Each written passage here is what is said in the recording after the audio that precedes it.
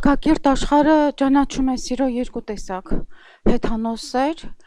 որը կոչվում է էրոտիկա, զգացական սեր, եւ որի չաստվածն է դևի կուրքն է էրոսա, եւ քրիստոնեական հոգեվոր սեր, որը կոչվում է ագապի։ Շատ դիպուկ եւ գեղեցիկ լեզու լինելով, հոգեվոր լեզու լինելով, հայերենը ապահովում է մեզ երկու տերմինով՝ սեր եւ այլասերված։ Այսինքն հոգեվոր սերը ագապին դա սերն է, իսկ մարմնական սերը էրոտիկան դա այլասերվածն է։ Ցավոք սրտի այս մոդեռն ժամանակներում չկա հստակ տարբերակումը իսկական հոգեվոր սիրո եւ մարմնավոր էրոտիկայի։ Բոլոր այն ամուսնությունները, որոնք հիմնված են մարմնական սիրո, տրփանքի եւ ցանկության վրա, դրանք ամուսնություններ չեն կոչվում, այլ կոչվում են համատեղ պոռնկություն, որոնցից ծնվում են պիղծ երեխաներ։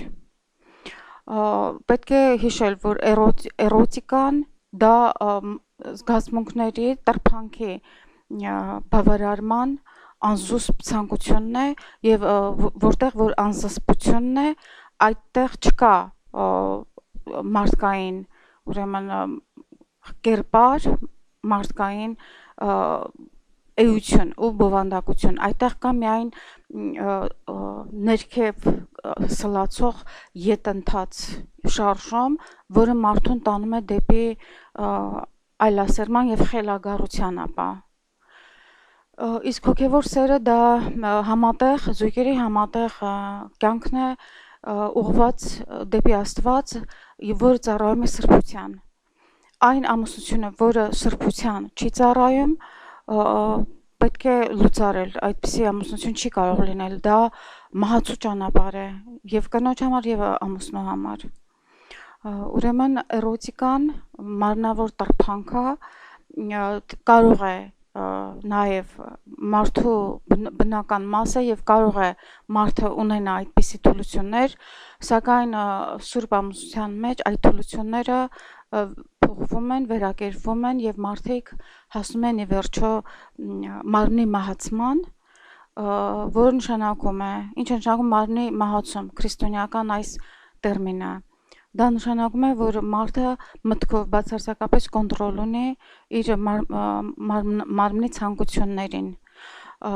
Դա լինի իր ախորժակը ուտելու, թե դա լինի իր սեքսուալ ախորժակը բավարարելու իր կրքերը։ Սա մի բարձրագույն իրավիճակ է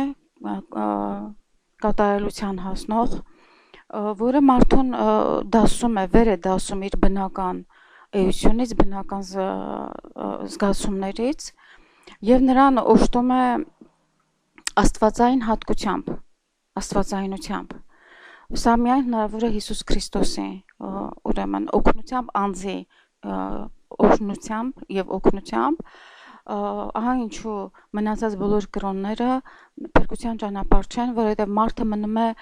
բանական, իր զգայական, մարմնական մակարդակի վրա եւ երբեք չի հասնում աստվածային կատարելությանը, երբ նա մարմնի մեջ ապրում է որպես հրեշտակ, որպես հոգի։ Շատ կարևոր է հասկանալ, որ զույգերի սրբության հիմնական ուրեմն առաջնորդողը պետք է լինի տղամարդը։ Եթե կինը պոռնիկ է, դուրս ընկած է, ինչպես ժողովուրդը ասում է, մեղքը տղամարդունն է եւ անպայման այս դեպքում տղամարդն է տուժվելու։ Պատիժը Աստծո ընկնում է տղամարդու վրա։ Եթե այդ տղամարդը որպես զավակ չի դաստիարակվել իր ծնողներից սրբության օրենքներով, պատիժը ընկնում է այդ ծնողների վրա։ Ուրեմն ծնողները առաջին հերթին պատասխանատու են մարդու բարոյականության կերպարի ստեղծման համար եւ երկրորդը տղամարդն է պատասխանատու կերտելու իր ընտանիքի բարոյական բարձր կերպարը։ Ագապի սիրո վրա հիմնված ընտանիքը բարգավաճում է, ծաղկում է, հարստանում է արդար աշխատանքով եւ այսպիսի ընտանիքը հասկանում է, որ իր կյանքի իմաստության գաղտնիքը, կյանքի երջանկության գաղտնիքը դա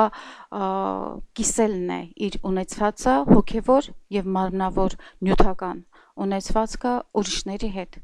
Այսինքն աղքատասիրությունը եւ ողորմասիրությունը կարևոր հատկանիշ են նորմալ ընտանիքների համար։ Այն ունե, որ ընտանիքը, որը չի նվիրում իրեն աղքատասիրությանը եւ ողորմասիրության գործին, այսպիսի ընտանիքը չի արդարացվելու, ի վերջո ընկնելու է եւ քայքայվելու է եւ ի վերջո նրանց երեխաները պետք է շեղվեն ճանապարհից, որովհետեւ երեխաները դիտում են, տեսնում են այն, ինչ որ ծնողներն են անում։ Երեխան, ինչպես ասում է հայ ժողովուրդը, դա ծնողի հայելին է եւ դա բացարձակապես ճշմարտություն է։ Ինչպես է լինում, որ մի երեխա լինում է լավը, մյուսը վատը։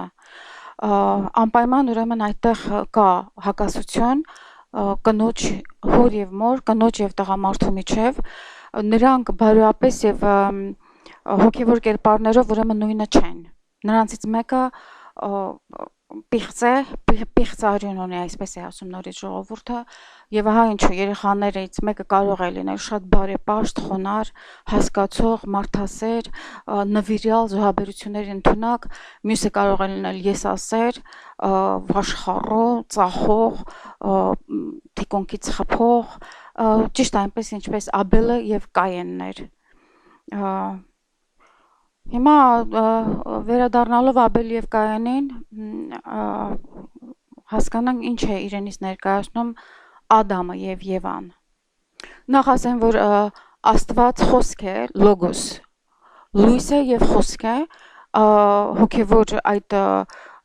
զորությունը միայն արտահայտում է իր կամքը եւ այդ կամքը կատարվում է, դա է արարչի հատկանիշը։ Եվ ահա այս հողաթմբից, կավից Աստված ցանկացավ մարդ արարել եւ Ադամը ծնվեց։ Ադամը եւ Աստված շատ մտերիմ հարաբերությունների մեջ էին։ Ադամը իր փառքի մեջ նախնական միջև մեղքի ընկնելը կարողանում էր տեսնել Աստծուն եւ նրա հետ ուղղակի հաղորդակցվում էր։ Բայց ահա իր բնույթով, որքան էլ ինքը կատարելատիպ էր, Աստծո պատկերով ստեղծված, նա հողեղեն էր եւ Աստված գտավ, որ պետք է ստեղծել իր տեսակի մայր տեսակը, Ադամի մայր տեսակը, իր ուրեմն մեծ իմաստությամբ ստեղծեց այդ սեռերի տարբերությունը Ադամին որպես հոգևոր առաջնորդ, որտեղ նա գիտեր Աստծուն, եւ ծնվեց Ադամից Եվան, Ադամը կարծես հայր եղավ Եվային, եւ այս Եվան ստեղծվեց որդեծնության համար։ Հենց անմիջապես ծնվելուց հետո Եվան քայլում էր դրախտում, վայելում էր այդ դրախտի գեղեցկությունը, բայց նա անգամ դեռևս առիթ չէր ունեցել տեսնելու Աստծուն։ Եվ հա առաջին բանը, որ տեսավ, դա դեպի դժոխք սլացող Լուցիֆերն էր, որտեղ նրան արդեն Միքայել հրեշտակապետը նետել էր ցած երկնքից եւ նա այդ ճանապարհին կարողացավ կանգ առնել 7-րդ երկնքից 3-րդ երկնքում, 3-րդ երկնքում է դրախտը տեղավորված եւ այդ չարի եւ բարու ծառի վրա ինքը կարողացավ կերպարանափոխվել որպես վիշապ օձ եւ հրապուրեց իր գույների խաղով Եվային։ Եվան հափշտակված նայում էր այդ արարածին եւ նա բացարձակապես չգիտեր ով է այդ։ Եվ հենց այստեղ է, որ ինքը խախտեց պատվիրանը Աստծուց եւ Ադամից ստացված, որը բոլոր պտուղներից պիտի ուտի բացի իմաստության ծառի պտուղից, չարի եւ բարին ճանաչելու, որովհետեւ այդ մեծ խորհուրդ է Աստված չի ստեղծել չարը, բայց ստեղծելով ազատ կամք իր արարածներին, ինչպես հրեշտակներին եւ մարդուն Ադամին, այդ ազատ կամքով մարդը եւ հրեշտակը իրավունք ուներ ընտրելու իր ուղին։ Չար հրեշտակի ուրեմն ուղին էր Աստծո թագավորությանը տիրանալ եւ Աստծուն գահանքեց անել Լյուցիֆերի միջոցով Լյուցիֆերն էր այդ կազմակերպողը 1/3 հրեշտակներ ուրեմն միացան իրեն հրեշտակների 1/3-ը որոնց դեմ Միքայել հրեշտակապետը կռվեց եւ հաղթեց։ Հիմա այս նույն Լյուցիֆերը փորձում էր եւ այն միջոցով գրավել իր զորքի մեջ մտցնել նաեւ մարդկությանը եւ փաստորեն երբ որ իրենք կերան այդ պտուղից եւ անդեր չգիտեր որ դա պատվիրանի խախտում է գիտեր բայց չէր գիտակցում բայց Ադամը այս պահին երբ որ Աստված սկսեց իրենց քննությունը Ադամը իր կատարած հանցանքի ուրեմն մեղքը բարթեց միայն Եվայի վրա Եթե այդ պահին ինքը ասեր ես մեղանչեցի ես ավակն եմ ես հայրն եմ ես պետք է կանխեի այս ամեն ինչը գուցե դա մարդը չվտարվեր դրախտից սակայն դա չպատահեց ինքը մեղադրեց Եվային եւ փաստորեն արտաքսվեց Եվայի պատճառով ինքը արտաքսվեց եւ մարդկությունը ստացավ այս կնիքը անեցքի միջև Քրիստոսով փրկագրվեց յետ փաստորեն այս մասին մենք շատ բանավեճեր ունեցանք կաթոլիկ աստվածաբանների հետ եւ նրանք ինձ կոչեցին ֆեմինիստ որովհետեւ ես մեղադրում եմ Ադամին բայց ես չգիտեմ անգամ ինչ է այդ տերմինը ֆեմինիստ կարծես թե դա վերաբերվում է այն կանանց որոնք ատում են տղամարդկանց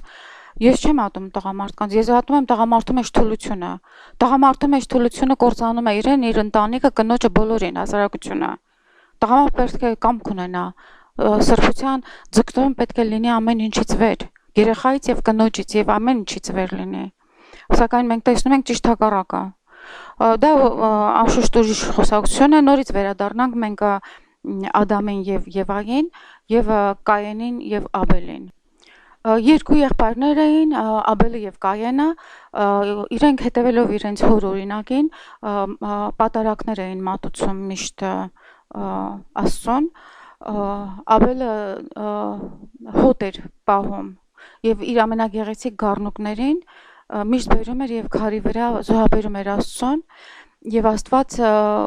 Աբելի հետ խոսում էր իսկ Կայենը այգիներ ուներ եւ միշտ իր այգու վատ պտուղներն էր բերում այսինքն չէր տալիս իր լավագույնը Աստծուն եւ Աստված անտեսում էր իրեն այս բանը բարձորեն տեսնելով եւ հասկանալով Կայենը խիստ բարկացավ եւ մի օր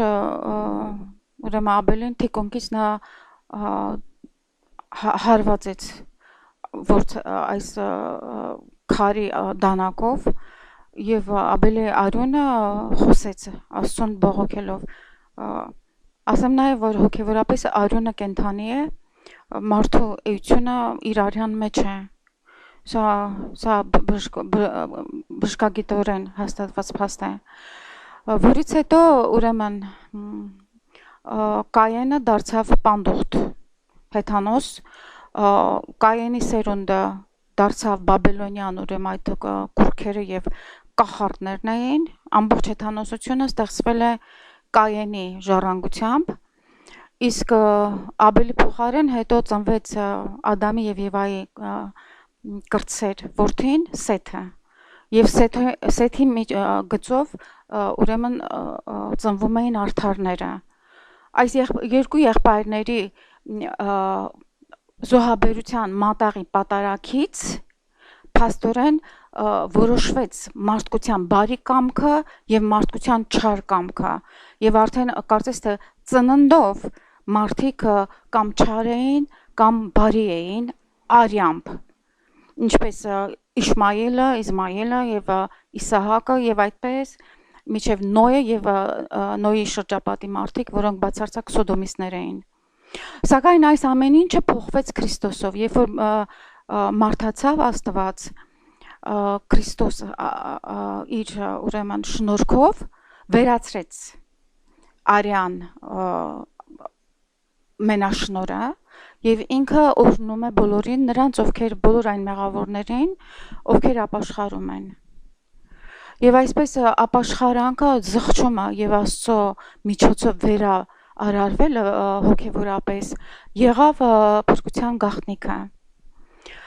Փաստորեն այսպես սկսած մեղավորները, ամեն տեսակի մեղավորները կարողանում են ջնջել իրենց հանցանքների ցուցակը եւ վերածնվել որպես սուրբ։ Սակայն այս մոդելն էլ կարծես թե այնքան էլ կատարյալ չէ, որովհետեւ այս վերափոխման ինստիտուտը տրված է եկեղեցուն։ Եկեղեցին իհարկե աստվածային հայտնություններով տվել է մարդկությանը իրենց փրկagorցության այս դոգմաները, սակայն շատ հարցեր կան, որոնք դեռևս բաց են մնում, կոնֆլիկտներ կան։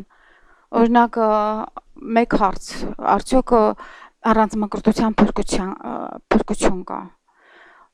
Կան սրբեր, որոնք ասում են արյան մկրտություն կա եւ ցանկության մկրտություն կա եւ բոլոր այն մարդիկ, ովքեր սկսում են ճանաչել Քրիստոսին, բայց չեն հասցնում մկրտվել, փրկվում են, կամ բոլոր այն մարդիկ, որոնք ի վիճակի չեն եղել մկրտվելու, բայց հավատացել են Քրիստոսին, նրանք էլ փրկվում են։ Բերում են, ասենք, Մարիամ Եգիպտացու օրինակը, Մարիամ Եգիպտացին Եգիպտոսի միջագետքում շատ հայտնի գեղեցկուհի էր։ Նա մարմնավաճառ չէր, բայց ապրում էր շատ ցոփ եւ շվայտ կյանքով։ Շատ սիրում էր գեղեցիկ տղամարդկանց եւ վայելում էր այդ կեղտոտ սեքսը։ Եվ ամբողջ շրջապատը գիտեր իրեն, բայց հետո ինքը երբ որ մոտենում էր եկեղեցի թեկուզ հետաքրքրության համար մտնելու, եկեղեցի իրեն վտարում էին եկեղեցուց, որտեվ համարում էին իրեն պիղծկին։ Եւ վերջապես ինքը տեսավ Աստվածամորը դռների մոտ կանգնած, որ Աստվածամարն էլ նրան ետ հրեց, թույլ չտվեց, որ մտնի եկեղեցի։ Տեսնելով մոր կատարելատիպը խիղճը զարթնեց նրա մեջ, որքան էլ ինքը փորձեց մկրտվել, ցույց տալ իրեն որպես ապաշխարող հոգի, քահանաներ իրեն չհավատացին եւ վերջապես ինքը մեկուսացավ Եգիպտոսի անապատներում եւ այնքան մեծ էր իր զղջումը, որ սնվում էր հրեշտակների բերացածով, ի վերջո նա դարձավ հրեշտակակերպ մի արարած եւ վերջում ընդունեց սուրբ հաղորդություն եւ հրեշտակ իրեն երկինք տարավ։ Ահա այսպիսի պարադոքսալ մոմենտներ կան, որոնց եկեղեցին չի կարողանում լրիվ պատասխանել։ Մենք գիտենք, բայց չգիտենք, բայց մեր խոնարհությամբ աստվածային ուրեմն ուսուցմանը մենք կարողանում ենք փրկել մեր հոգիները հույսով։ Փաստորեն փրկության գաղտնիքն է սերը, ագապի սերը եւ սրա ուրեմն հակապատկերը սատանայական կեղծ տիպը մարմնական սերն է, էրոտիկան կամ մարմնական սերը արտահայտված այլ միջոցներով։ Օրինակ, եթե դուք ձեր երեխաներին սիրում եք մարմնական սիրով, դուք կործանում եք նրանց, որովհետև երեխաները պետք է իմանան բարոյական բոլոր օրենքների կոդը, քրիստոնեական բարոյականության եւ պատժվեն, եթե չեն կատարում։ Պատժվեն ամենախիստ ձևով։ Սուրբ Օգոստինոսի մայրը Մոնիկան Օգոստինոսին վռնդեց տնից եւ անընդհատ հորդորում էր, որ ինքը հեռանա այն կնոջից, որը իրեն թույլ է տվել ապրել համատեղ կյանքով առանց սուրբ պսակի։ Օգոստինոս այն ժամանակ քրիստոնյա չէր, սակայն իր մայրը Սրբի Մոնիկան իրեն հորդորում էր հեռանալ այդ կնոջից։ Այսինքն տղամարդը չի կարող ապրել համատեղ կյանքով կնոջ հետ։ Տղամարդը եւ կինը պետք է գույս լինեն եւ ամուսնանան սուրբ պսակով եւ որդեծնությունը լինի նրանց կյանքի նպատակը։ Ի վերջո Սուրբ Օգոստինոսը հեռանում է այդ կնոջից եւ մեկուսանում է մեծ ապաշխարանքի մեջ, այլևս երբեք չի ամուսնանում եւ դառնում է մեծ սրբության տեր եպիսկոպոս Սուրբ եւ ամբողջ եկեղեցու հիմնադիր հայրերից մեկը։ Մյուս օրինակը, որ ունենք սրբերից, որ մայրը սիրում է իր զավակներին ոչ թե մարմնական սիրով, այլ հոգևոր սիրով, դա Սրբույի Ռիտան է, երբ իր որդիները գնում էին վրեժ լուծելու իրենց հոր սպանության համար, որը կարծես թե բնականորեն հասկանալի է, եւ նրանք փաստորեն պետք է թաթախվեին այդ մարդկանց արյունով, վրեժի բերումով։ Սրբույի Ռիտան աղոթեց, որ նրանք մահանան,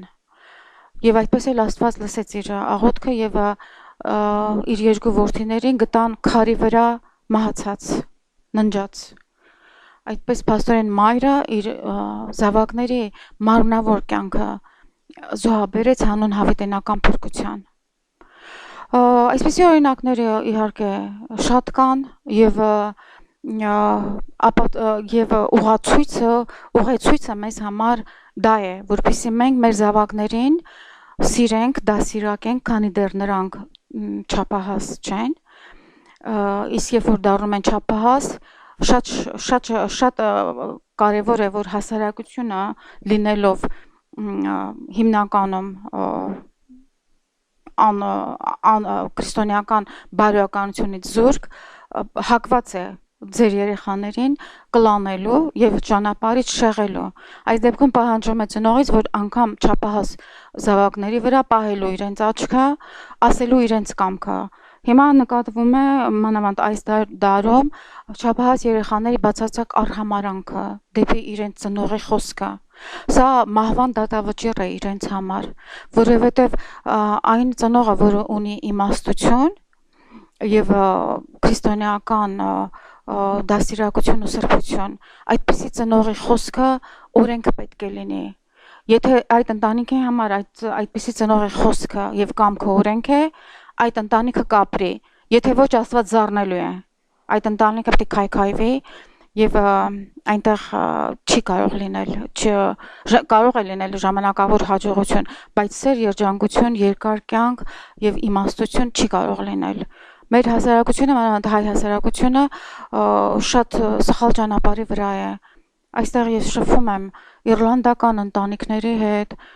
իսպանական ծագումով, անգամ լատինո այդ մեքսիկական, իսպանական ծագումով ընտանիքների հետ եւ տեսնում ուրիշ պատկեր։ Իրենց ծնողները իրենց համար մեծարանքի օբյեկտներ են, մեծարվում են, մայրը տանթագուհի է, հայրը ունի, ես ճանաչում եմ անգամ մի երիտասարդի, որ լքվել է իր հորից, հայրը անառակ է, ամեն ամիս նա կանայք է փոխում, բայց էլի խոնարհաբար ինքը հարգում է իր հորը, անցնում է մեծ տառապանքներով, բայց երբեք ես չեմ տեսել, որ նա որևէ անհարգալից բան խոսի իր ծնողի մասին կամ կատարի։ Այստեղ կատարվում է ծնողասպանություն եւ իհարկե մանկապողծությունը հորից, մորից եւ այդպիսի մարդիկ հիմնականում թմրամոլներ են, բայց ավանդական ընտանիքների պատիվը նորմալ ընտանիքներում պահպանվում է։ Նույն պատկերը ես չեմ տեսնում Հայաստանում։ Հայերը կարծես թե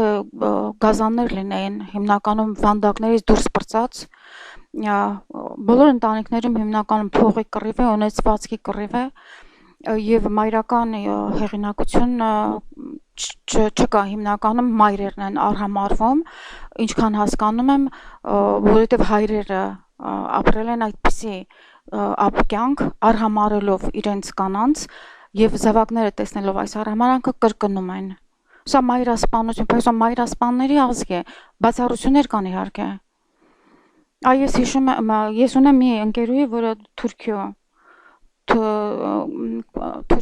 իր սերունդը, իր ծնողները, իր նախահայրերը Թուրքիայում են եղել եւ մեծ գործանատերներ էին, իրենք գաղթի ճանապարհով անցնելով կարողացել են փրկվել Հունաստան եւ Հայաստան։ Ես այստեղ ծանոթացա այդ կնոջ, այդ 25 տարի առաջ ֆրանսերենի դասախոս էր Հայաստանում եղել եւ ինքը պատմում է իրենց տատիկի, երբ որ եկան Հայաստանը, մենք ուներ տատիկ, նույն այդ Թուրքիայից մազապուրս փախած այդ կինը եւ իրենց ընտանիքը իրենց մորաքույրներով, հորաքույրներով ուրեմն ասում էր, որ պատմում է, որ ամեն անգամ երբ որ իրենց երեխաները գնում էին քնելու, հերթով շարք էին կանգնում, տատիկը նստում էր բազկաթոռի վրա, ձեռքը դնում էր եւ ասում է, որ մենք բոլորս համբուրում էինք տատիկի ձեռքը, նոր գնում էինք քնելու։ Տեսեք ինչ ընտանիքներ են ունեցել։ Հայ ազգը բացարձակ ազնվական ընտանիք է եղել, նահապետական։ Նահապետ նշանակում է քրիստոնեական օրենքներով ապրող սուրբ։ Այսինքն սովետը ծաղրում էր այսպիսի ընտանիքներին, նրանք ունենալով ծխամատյանները գիտեին ովքեր են այս արիստոկրատները եւ բոլորին վերացրին։ Մանավանդ Թուրքիայում նրանք պարզապես այս մեր նահապետներին սպանեցին իրենց ամբողջ տոհմերով։ Նույնը արեցին բոլշևիկները։ Այսինքն իրենք փորձեցին հայ ժողովրդին դարձնել մարմնավոր հեթանոս մի ցեղային խումբ եւ կամաց վերացրին եւ դա փաստորեն հիմա կատարվում է։ Գիտեք ինչ, ես հավատում եմ հայ ժողովրդին։ Մեր սերունդը, իմ սերունդը կոմունիստական ոչնչացավ։ Այժմ հիմա նժդե ցեղակրոն հեթանոսություն, կռապաշտություն, նախկին ուրեմն կոմունիստները փոխեցին իրենց կաշիները կոմունիստից ՀՀՇ-ից դաշնակ, դաշնակից ՀՀԿ եւ այդպես շարունակվում է քամելիոնի նման, սրանք հայ ժողովուրդը չեն, սիրելիներս։ Ես տեսնում եմ նոր սերունդը շատ հզոր ուրեմն հակում ունի ինքը սովորելու եւ եթե ինքը շարունակի այդպես ինքը պատռելու է այդ զսպաշապիկը ինչպես հիշենք, եթե ծառը կտրվում է անգամ հիմքից, շիվերը դուրս են գալիս եւ այդ շիվերը տարածվում են ամենտեղ եւ ծառի շրջակայքում եւ կարող է քանի կիլոմետր հեռու այնպես որ հայ ազգի քրիստոնեական իմաստության եւ հանճարի պտուղները լինելու են եւ Հայաստանում եւ Սփյուռքում եւ եթե հասկանանք որ հիմա NKVD-ի, KGB-ի այս բանդան է նստած Ստալինյան, ինչպես 30-ական թվականներին եւ 17 թվից մինչեւ 60-ը արդեն 50-60 տարիների ուրեմն տարբերությամբ 70-ականներից հետո բացարձակապես մաքրվեց մեր երկիրը եւ հանճարները ի վերջո դարձան ազգի լուսատունները, որոնք առաջնորդում էին ազգի միտքը եւ հոգին, պետք է բացարձակապես մտածել, որ այս ժանտախտի դարաշրջանը 90-ական թվականներից հետո արդեն 25 տարի անցել է եւ հույս կա, որ 25 տարուց կամ ավելի պակաս այն Իրան կոչնչանա, որովհետեւ այդպես է հանճարեղ ազգերի ճակատագիրը որքան ադամանդը սխմում ես, այնքան ադամանդի գինը բարձրանում է, որքան մարգարիտի խեցին խորքում է ծովի, այնքան այդ մարգարիտը մեծ արժեք ունի։ Ես հավատում եմ, որ հայ ժողովուրդը այդ մարգարիտն է եւ այդ ադամանդն է։ Պարզապես պետք է լինել խիզախ։ Նորից եմ ասում, պետք է լինել խիզախ այս պարագայում միայն խիզախ մտածողության եւ ազատ կամքի դրսեւորումն է, որ պիտի պահի հայ ազգին։ Երբեք մի մտեք կեղտոտանկողիններ եւ երբեք ձեր ձեռքը մի մեկնեք շանապսեներին սնվելու շանապսեների մնացորդներից։ Աստված օրհնի բոլորիդ։ Thank you.